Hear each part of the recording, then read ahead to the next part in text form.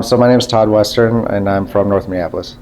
All right, and what is your connection to urban agriculture? So we started an urban farm in North Minneapolis in 2021, and we've been doing it there out of our home, and have recently partnered with the Garden Lease program of Minneapolis, and so we're expanding into a vacant lot as well.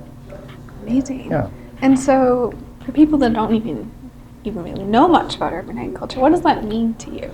And what is its importance to a community? Yeah, so I think urban agriculture is vital for every community because, I mean, at the end of the day, we can have grocery stores that fail. Specifically, like in North Minneapolis, we had Aldi leave, and then, the food system is very vulnerable because of the emphasis we put on big agriculture and growing in unsustainable ways and kind of the monoculture side of things. And so I think really it's a matter of just taking charge of what we're feeding ourselves, knowing where it came from, and also really building those connections with the people that are growing it and the people that you're growing them for. So urban agriculture is really about community and just taking charge of what we're putting in our bodies. Absolutely. Amazing. So what are you seeing that helps you be successful in that urban space, and what are some of those barriers? Yeah, so I would say the things that have really helped us be successful are leaning into more parts of the community, getting involved with like small neighborhood organizations or citywide organizations. We also are at farmers markets, and so that's a way that we are able to get out and get our story out there and kind of generate more awareness for what we're doing and kind of the story of what we're doing. And so I think that that's been really vital. Obviously, anytime we can get a grant, that's very beneficial, but those are few and far between. So, which kind of leads into the struggles of it too, right? I mean, most farmers, big and small, conventional and specialty crops, are all, a lot of them have second jobs, and because there's not, a terrible amount of money in agriculture, it's not something you do to get rich, but I would say just the time of juggling a career and an urban farm, and then also looking for funding opportunities that can help us grow sustainably as a business, but then also grow sustainably as a practice. That's kind of one of the biggest barriers. And then I would also say things like city codes, right? Like, so for example, in Minneapolis, you can't have a hoop house up for more than 180 days. And so if you wanted to build something that extends your season, you would have to essentially tear it down and rebuild it every year. And so that can be very limiting. So what are some of those resources that you would reach out for at either the city or the county and the state level that do help? And what could help people get better connected to those? Yeah, so I would say one that was vital for me is I joined the Homegrown Minneapolis Food Council.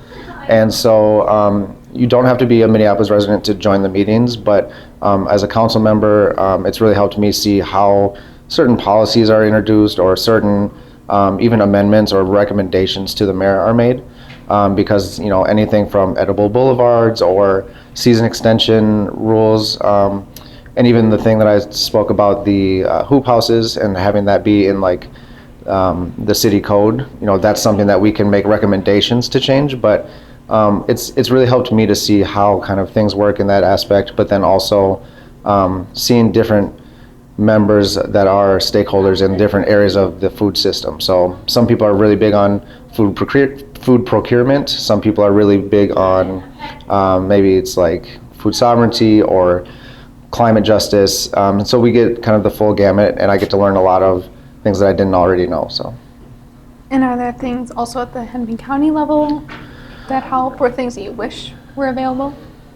Yeah, so I will say I have not reached out or engaged with Hennepin County that much on this yet. So I'm not saying that there's not these programs, but it would be very helpful to have, I think, more education around farming, and then even just how to navigate certain, whether it's state, local regulations in terms of like food safety or building codes or farmers markets and things like that. I think that would be very valuable.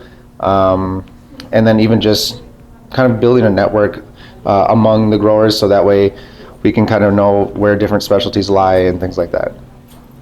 And so for people that don't know much about urban agriculture, What are the things you want to leave them with about why this is so vital? The one thing I want everyone to know about urban agriculture is that you have the freedom to do it at any level. You can literally just put one tomato seed in your backyard this year, and if that's all you do, like, you are practicing urban agriculture, and you are practicing your right to, feed yourself and take control of kind of this food sovereignty that I think everybody should take more involvement in. And I think they should also know that it's unpredictable. We're working with Mother Nature, and whatever she deems is going to happen that year is often what happens. And so I just think I want them to learn how to kind of reconnect with nature, the climate, reconnect with the food that's nourishing them, and then just go for it. That's really what I tell people. It's just, you have to get out there and try and fail and kill a couple plants, but just do it. Can you speak a little more about that food sovereignty and how that connects to the health and mental well-being of the community as well? Yeah, so I mean, one of the things that got me into this work specifically as well, like one of the factors was that, North Minneapolis being a predominantly black and people of color neighborhood, we over-index on a lot of food-related health ailments. And so, lots of diabetes, cholesterol, things of that nature. And so that was one of the things I wanted to do, is how can we start putting some better food in our community. And so I think that the food sovereignty is really about taking control of, we don't have to eat what options we're given. Like, we can also produce other options, and we can create our own food system that actually gives us what we need, and we don't have to rely on the things that we're being served. So. And how does that impact, like, from small children to adults? Yeah, I think one thing that is really cool about working with children on this is that you see the light bulb almost come on with a lot of them when they make that connection of, like, oh wait, so this plant or this vegetable can help me do this, or I can eat it in this way. Like, if you introduce them to a new way to enjoy something or grow something, you really see that kind of the child come out in them, and they are really excited about the possibilities there. For adults, I think it's more about kind of breaking habits and routines, and I think that for adults, it's really just about telling them that you can treat yourself better, and it doesn't have to suck while you do it. Absolutely. Yeah. Do you have anything else you'd like to share? Or any questions you wish people would ask about what you need?